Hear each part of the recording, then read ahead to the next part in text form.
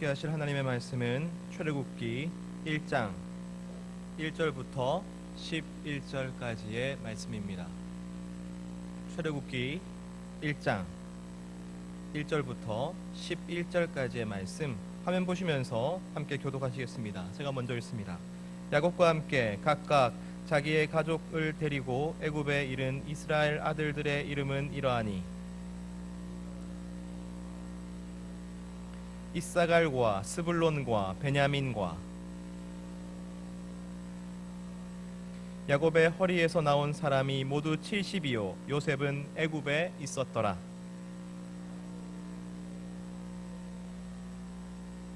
이스라엘 자손은 생육하고 불어나 번성하고 매우 강하여 온 땅에 가득하게 되었더라. 그가 그 백성에게 이르되 이 백성 이스라엘 자손이 우리보다 많고 강하도다.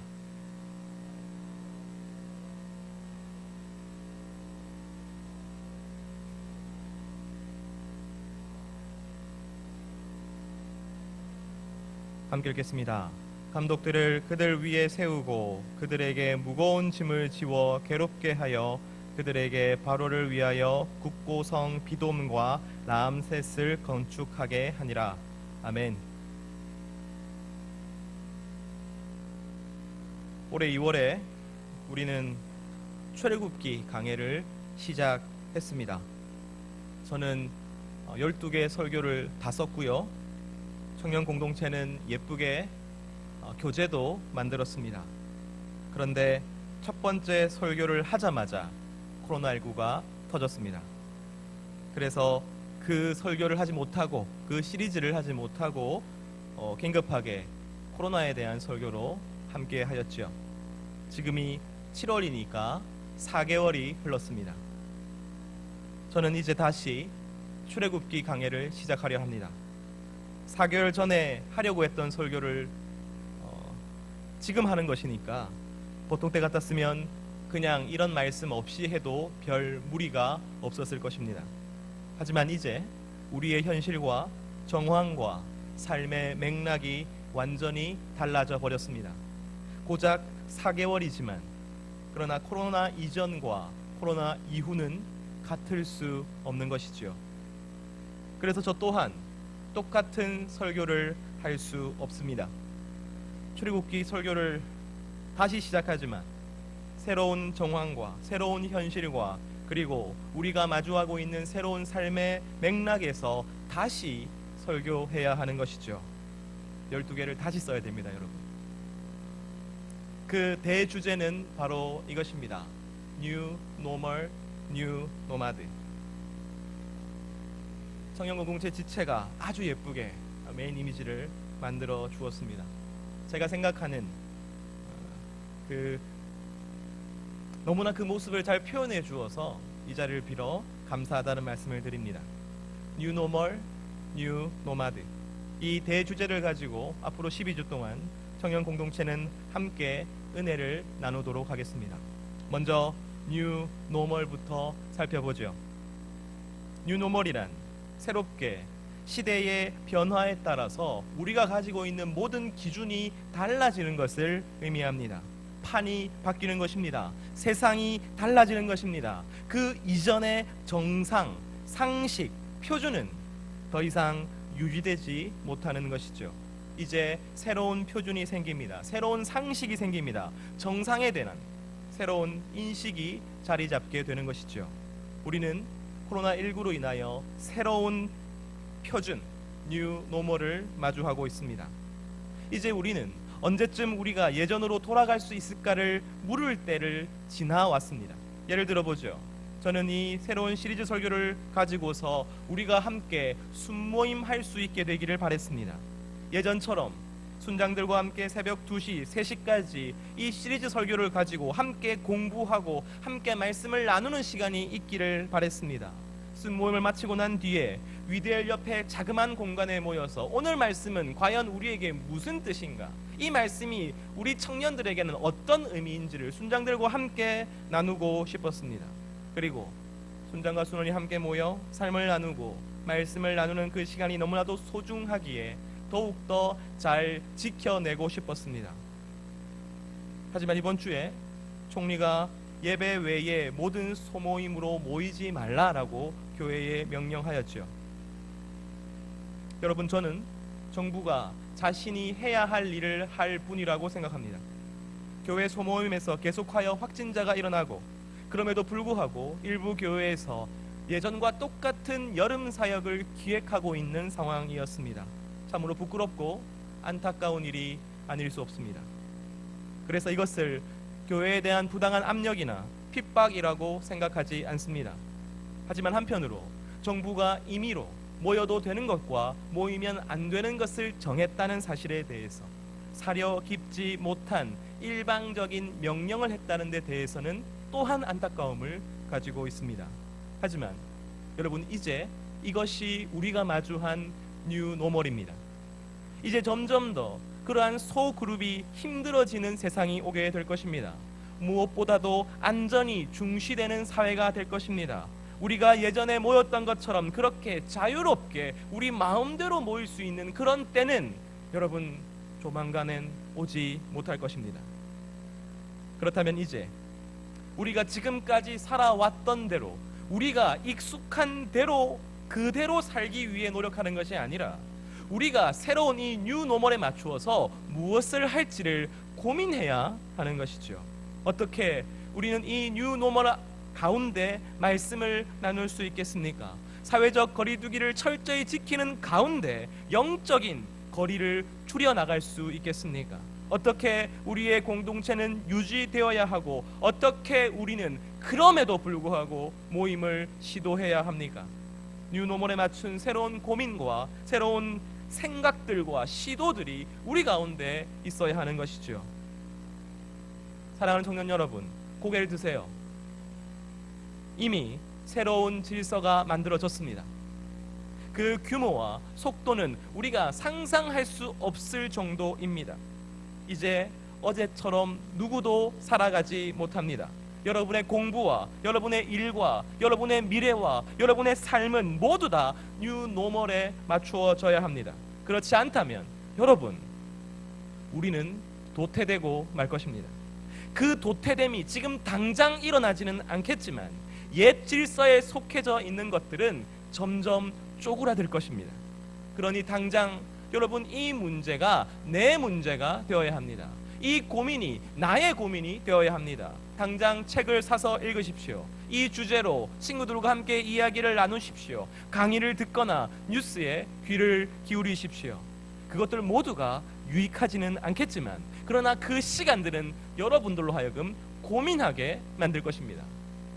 여러분은 이 새로운 세상에 대해서 알아야 합니다. 그리고 나누어야 합니다. 그리고 저는 이 시간 특별히 교회와 그리고 성도가 마주한 뉴노멀에 대해서 함께 말씀을 나누려고 합니다. 이 뉴노멀 가운데 교회는 어떻게 해야 합니까? 성도는 어떻게 살아야 합니까? 바로 그 고민이 제 안에 있습니다. 그리고 그 고민의 가장 큰 질문, 가장 근원적인 질문, 가장 중심에 있는 질문은 코로나와 하나님이 무슨 관계인가 하는 것입니다. 코로나19와 하나님이 어떤 관계입니까? 코로나19가 터지고 난 뒤에 저는 존 파이퍼, 존 레녹스, 톰 라이트, 월터 브루그만, 그리고 국내의 많은 저자들이 코로나에 대해서 쓴 책들을 다 사서 읽어보고 있습니다. 그런데 하나님과 코로나19에 대해서 그 관계를 설명하는 사람들이 다 생각들이 달라요. 코로나를 하나님께서 만드셨다, 혹은 코로나를 하나님께서 허용하셨다, 혹은 하나님이 아니라 인간의 타락과 죄의 책임이다, 혹은 하나님이 하시지 않았지만 그것이 존재하는 신비이다. 각각의 의견들이 있어요. 하지만 그 모든 사람들이 다 동의하는 것이 있습니다. 하나님께서 코로나로 말미암은 이 위기 가운데 우리와 함께 하신다는 사실입니다. 이 위기와 함께, 이 위기의 너머에 하나님이 계신다는 사실입니다. 이 위기를 하나님께서 무력하게 바라보고 계시는 것이 아니라 이 위기 가운데 임재하시고 역사하시고 그리고 하나님의 뜻을 이루어 가고 계신다는 것입니다. 하나님은 지금도 이 세상을 책임지고 계시며 주관하고 계십니다. 그러므로 이 코로나19가 하나님의 그 섭리와 통치 가운데 있다면 하나님께서 이 코로나19를 통하여 하나님의 뜻과 계획을, 특별히 나를 향한, 우리를 향한 뜻과 계획을 이루어가고 계신다면, 여러분, 지금 우리가 결단해야 하고 고민해야 하고 생각해야 하는 것은 명백합니다. 우리는 이 코로나19가 그저 빨리 지나가기를 바라서는 안 됩니다. 우리는 이 시간이 빨리 끝나서 어서 속히 예전으로 돌아가는 것을 바라서는 안 됩니다. 우리는 이 시간이 빨리 지나가는 것을 바라는 것이 아니라 이 시간을 제대로 겪는 것이 필요한 것이죠. 저는 이 설교에서 여러분 하나님 잘 믿고 하나님 의지하면 이 시간이 빨리 지나갈 것이라고 얘기하지 않겠습니다. 왜냐하면 그렇지 않을 것입니다. 그리고 그것이 유익하다고도 생각하지 않습니다. 여러분은 고난의 시간을 빨리 지나가는 것이 아니라 여러분 제대로 겪어내야 하는 것이죠. 이 코로나19가 아니라 우리에게 닥친 그 어떤 고난과 그 어떤 고통의 시간도 여러분 빨리 지나가는 것이 문제가 아니라 제대로 겪지 않는 것이 문제입니다. 그래야 그 가운데 있는 하나님의 그 뜻과 계획이 완성될 것이기 때문이죠. 그래야 여러분들이 그 고통을 통하여 성숙하고 성장하는 분량을 채울 수 있게 될 것이기 때문입니다. 부모는 때로 자녀들을 고통 가운데 내어줍니다. 왜냐하면 그 고통은 위험을 감지하게 해주고 신체를 발달하게 해주고 성품을 형성해 주기 때문이죠. 자녀의 고통을 바라는 부모는 없습니다. 하지만 그런 고통 없이, 시련 없이, 고난 없이는 성숙한 한 인간이 될 수 없다는 사실을 모든 부모는 알고 있는 것이죠. 코로나19가 일종의 고통이라면 저는 교회가 그 고통을 제대로 겪어내야 한다고 생각합니다. 코로나19가 우리 청년들에게 고통과 고난이라면 여러분들은 이 고통과 고난을 어떻게 하면 제대로 견디어낼지를 생각해야 하는 것이지요.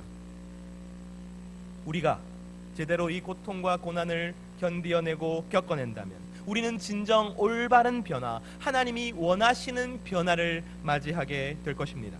저는 이 고민이 우리 청년 공동체 안에 있기를 간절히 소원합니다. 이 고민이 여러분 안에 있기를 간절히 소원합니다. 앞으로 청년 공동체 출애굽기 강해는 이 주제를 다루게 될 것입니다. 오늘은 그 첫 번째 시간입니다. 여러분 지금까지 서론을 한 겁니다. 지금부터 이제 본론으로 들어가도록 하죠. 출애굽기 1장 1절 함께 읽겠습니다. 시작.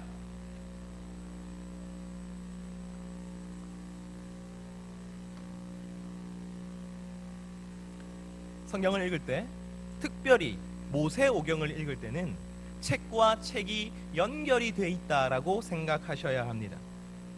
창세기와 출애굽기가 그러하죠. 원래 히브리어 원문에는 출애굽기의 가장 첫 번째 단어는 그리고라는 접속사입니다. 우리말 성경에는 생략되어 있죠.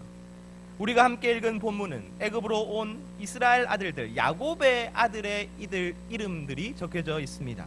그런데 이것과 똑같은 내용이 창세기 46장 8절에 등장합니다. 창세기와 출애굽기가 서로 연결이 돼 있다는 것을 우리에게 보여주고 있는 것이죠. 그러므로 우리가 출애굽기를 읽을 때는 창세기적 배경과 창세기적 흐름을 가지고 출애굽기를 읽어야 하는 것이죠. 그렇다면 오늘 우리가 읽고 있는 이 출애굽기의 모든 이야기들은 어디서 왔습니까? 여러분, 창세기에서 왔습니다. 이스라엘 민족의 시작, 이스라엘 민족의 조상이 누구입니까? 아브라함이죠. 아브라함이 창세기에서 등장합니다. 그렇죠. 바로 거기서부터 출애굽기가 시작되었던 것이죠. 아브라함 역사에서, 아브라함의 그 이야기에서 가장 중요한 것이 무엇입니까? 바로 하나님께서 아브라함을 찾아오셔서 그와 언약을 맺으신 것입니다. 일방적으로 하나님께서는 아브라함과 언약을 맺으셨습니다. 창세기 17장 2절 말씀 함께 읽습니다. 시작.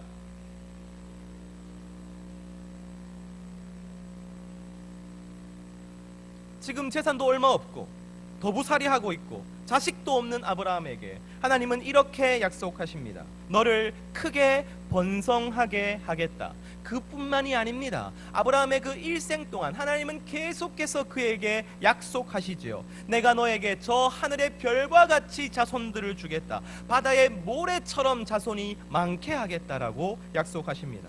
내가 너로 큰 민족을 이루게 하겠다. 내가 너로 민족의 아버지가 되게 하겠다. 지금 자식도 없는 아브라함에게 말입니다.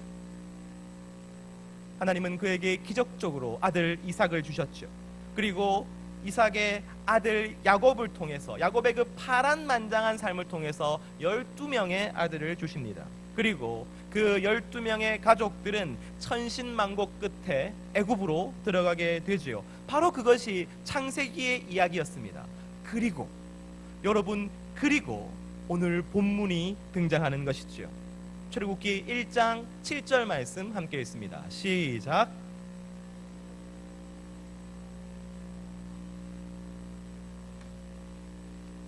여러분, 지금 이 출애굽기 1장 7절이 말하는 것이 무엇입니까?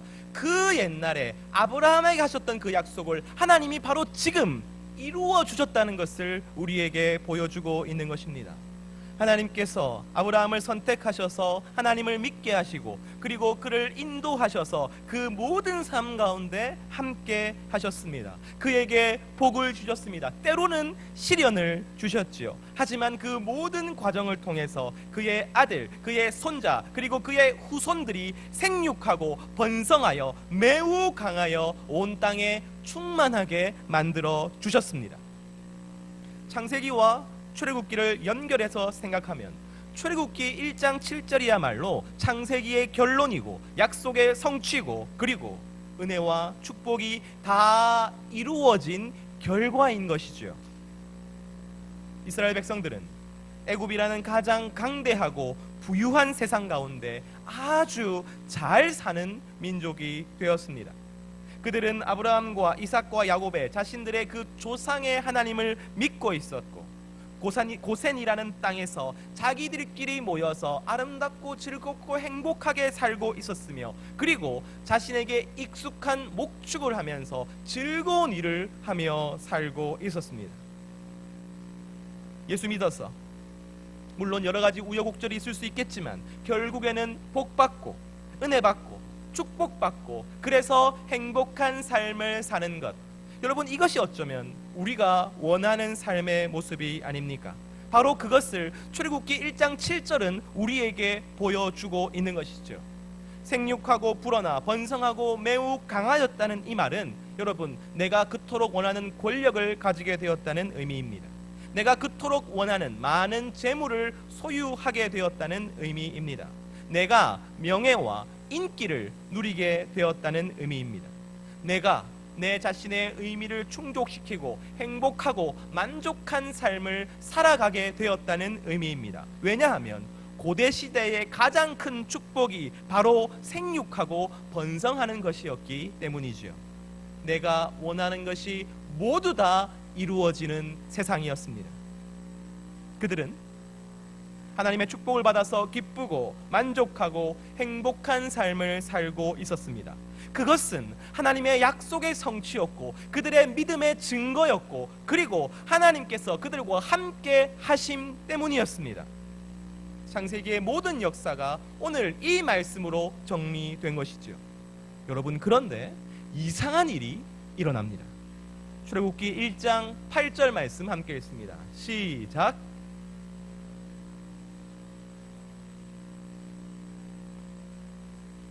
요셉을 알지 못하는 새로운 왕.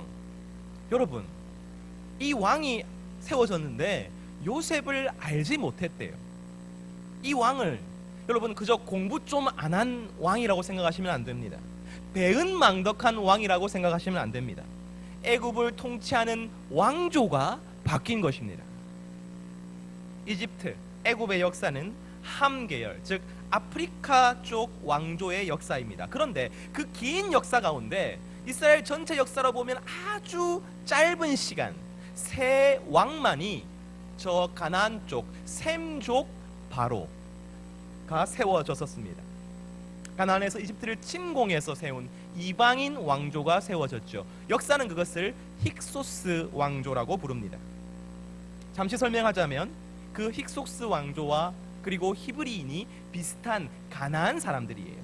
그러니까 애굽의 바로가 요셉을 총리로 세운 것이 그저 이방인 노예를 총리로 세운 것이 아니라 자신과 비슷한 민족인 요셉을 총리로 발탁했던 것이죠.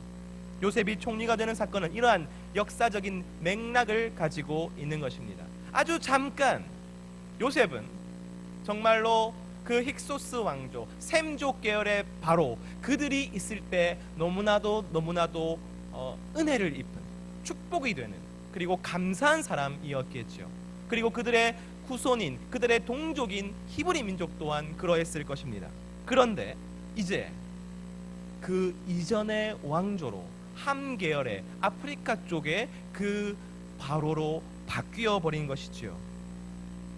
그래서 지금 이 새 왕이 세워졌다는 이 말은 그저 이번 왕이 죽고 나면 다 괜찮아질 거라는 희망을 가지지 못하게 하는 것입니다.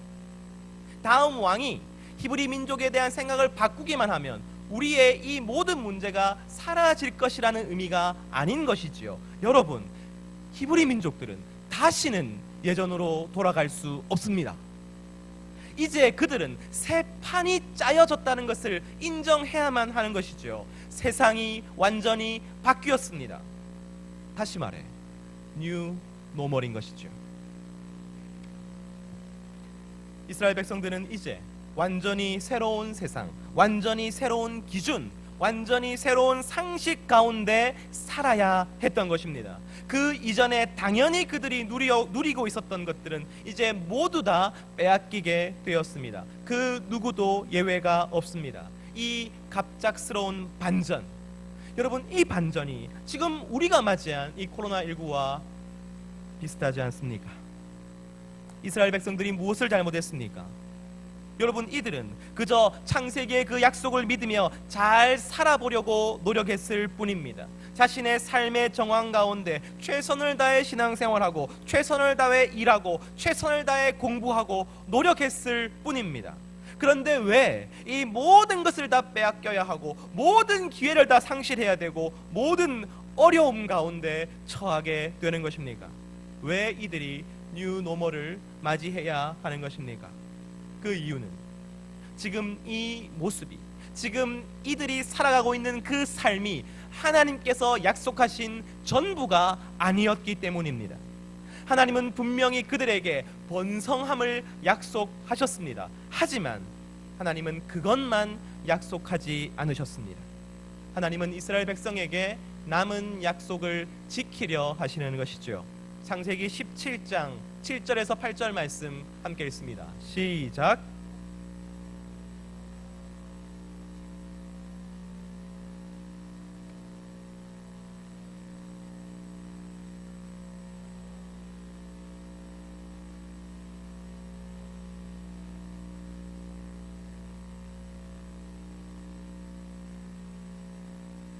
하나님의 약속은 단순히 그들이 번성하게 되고 성공하게 되고 평안하게 되는 것을 의미하지 않았습니다. 하나님은 그들에게 새로운 땅을 약속하셨습니다. 새로운 삶을 약속하셨습니다. 그들이 지금 살고 있는 이 애굽 땅이 아니라 지금 생활하고 있는 이 애굽의 문화, 애굽의 방식, 애굽의 가치가 아니라 완전히 새로운 하나님 나라의 삶을 약속하신 것이죠. 그 약속을 지키시기 위하여 하나님은 이스라엘 백성에게 뉴 노멀을 허락하셨습니다. 그들은 뉴 노멀 때문에, 아니 하나님 때문에 노마드가 되어야 했죠. 노마드란 말을 아실지 모르겠습니다. 노마드는 원래 사막에서 목축을 업으로 삼아 물과 풀을 따라 옮겨 사는 사람들을 의미하는 말입니다. 동시에 한 자리에 눌러 앉아서 그 가치와 삶의 방식에 매달리지 않고 광야로 도전하는 사람들을 말하기도 하지요. 안락하고 익숙하고 편한 내 삶의 자리를 떠나서 새롭게 도전하는 사람들을 노마드라고 부릅니다. 세상이 바뀌는 뉴 노멀이 없었다면 이스라엘 백성들은 익숙하고 편하고 많은 것을 보장해주는 애굽에서 떠날 이유가 없는 것이지요. 나를 더 잘 살게 해주는 애굽, 나를 더 재미있게 해주는 애굽, 나를 더 안전하게 보호해주는 애굽, 그리고 내가 익숙한 그곳을 떠날 이유가 없는 것이지요. 그러나 그러한 그들에게 뉴노멀이 닥쳐옵니다. 그래서 그들은 그 자리에서 일어나서 떠날 수밖에 없었던 것이죠. 저 광야로, 그리고 저 가나안 땅을 향하여 길을 나설 수밖에 없었던 것입니다. 뉴노멀은 뉴노마드를 만들어 내었습니다. 이스라엘 백성들은 하나님을 믿었지만 그러나 그들은 애굽 가운데 있었습니다.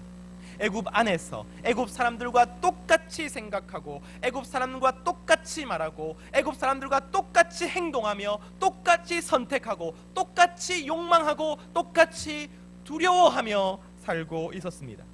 그들은 하나님을 믿었지만 그들의 삶은 애굽과 구별되지 않았습니다. 사랑하는 청년 여러분, 애굽은 단지 나일강 근처에 세워진 제국을 말하는 것이 아닙니다. 애굽은 세상을 가리킵니다. 이 세상의 권력과 문화와 관습과 가치관의 그 정점이 바로 애굽인 것이죠. 하나님은 그의 백성을 애굽에서 끌어내고자 하셨습니다. 이스라엘 백성들은 애굽에 있으면 익숙합니다. 편합니다. 안전합니다. 재미있습니다. 그래서 하나님 때문에 그들은 하나님 때문에 애굽에서 성공하기를 바랬습니다. 하나님 때문에 애굽에서 평안하기를 바랬습니다. 그리고 그것은 이루어지는 듯 보였습니다. 그러나 하나님은 그 백성을 애굽과 세상과 구별하려 하십니다. 코로나19 전에는 교회 다닌다는 것을 단 1%도 표시내지 않고 여러분 우리는 교회 다닐 수 있었습니다. 내가 예수 믿는다는 것을 내 친구나 내 동료나 그 누구도 알지 못하는 상황에서 나는 잘 교회에 다닐 수 있었습니다. 여러분 그렇지 않습니까? 세상도 내게 그런 걸 물어보지 않지요. 관심 가지지 않지요. 너 교회 가니? 나는 그저 주일에 교회에 와서 예배당에 앉아 있기만 하면 되었습니다. 가끔 힘든 일이 있을 때 기도하고 좋은 일이 있을 때는 감사헌금 내는 정도로 나의 신앙은 충분했습니다. 나는 그저 어쩌면 여러분 나는 그저 복받아 저 세상에서 성공하는 것이 나의 목표였는지도 모르겠습니다. 예수 믿는 것과 세상에서 사는 것은 아무 문제 없이 잘 돌아가고 있었습니다. 그러나 여러분 이제 새로운 시대가 되었습니다. 하나님은 어쩌면 그 세상과 우리를 분리시키려 하시는지도 모르겠습니다. 이제 예수를 믿는다는 게, 이제 교회를 간다는 것이 대가를 요구하는 그 시대가 되었는지도 모르겠습니다. 그리고 어쩌면 여러분 원래 이것이 하나님께서 우리에게 원하시는 삶의 모습은 아닙니까? 우리에게 요구하시는 거룩의 모습은 아닙니까? 우리에게 명령하셨던 사랑과 긍휼의 공동체, 세상과는 다른 바로 그 공동체를 지금 우리에게 요구하고 계시는 것은 아닙니까? 이제 더 이상 내가 너희를 기다릴 수가 없다고, 이제 때가 찼으니 너희는 일어나 저 광야로 나아가라고 말씀하시는 것은 아닙니까? 이제 우리는 출애굽기 강의를 시작합니다. 사랑하는 청년 여러분, 이 설교 하나하나를 그냥 흘려버리지 마시기를 간청합니다. 여러분의 그 익숙하고 편하고 안전한 그 삶의 자리를 조금이라도 흔들어 놓을 수 있기를 간절히 소원합니다. 왜냐하면 바로 그것이 우리에게 뉴 노멀을 허락하신 하나님의 뜻이라고 믿기 때문입니다. 우리의 익숙하고 편하고 안전한 그 삶의 자리를 떠나서 새로운 변화를 하게 하시는 하나님의 뜻이라고 믿기 때문입니다. 여러분, 우리는 어디로 떠나야 합니까? 우리는 무엇이 되어 가야 합니까? 이 고민과 이 생각과 이 문제를 함께 나누는 우리 청년 공동체가 되기를, 그리하여 제대로 이 코로나19를 겪어내어 제대로 성장하는 우리 청년들이 되기를 간절히 소망합니다. 이 시간 함께 기도하죠. 기도하실 때 주님, 이 코로나 가운데 말씀을 통해 하나님의 뜻과 계획을 알게 하여 주시옵소서. 주님, 내가 그 뜻과 계획을 순종할 수 있는 용기를 내게 주옵소서. 함께 기도합니다. 하나님 아버지, 시간 주님께 나아갑니다. 우리와 함께 하여 주시옵소서. 우리의 부족함을 아시고 우리의 연약함을 아시는